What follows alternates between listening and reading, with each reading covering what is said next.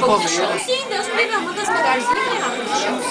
Fogo de chão, Montana, Jardineira é as melhores que tem. Mas é só eles que vão lá.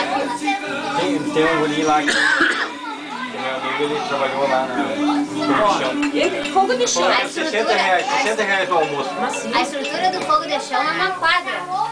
É na entrada de São Paulo. Essa é a cozinha mais quente de Ronda Alta.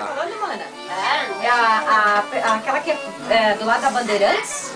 E aqui a gente tem que É uma quadra, a churrasqueira. entrar para Tem que dentro. tirar uma foto. Mas é um mega aqui. Tem casais para todo lado, tem uns escondidos aqui. Do lado da Bandeirantes. Baixar a câmera pra gente. O André acabou de sair correndo.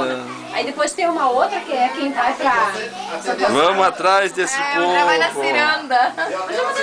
Vamos atrás desse povo. Aqui tem uma gurizada que tá louco.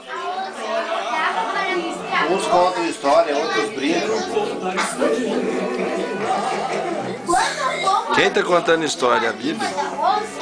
Teve um arrepio de medo e voltou o corpo depressa, com a carta no bico. De longe, a companhia ouviu a onça dizer: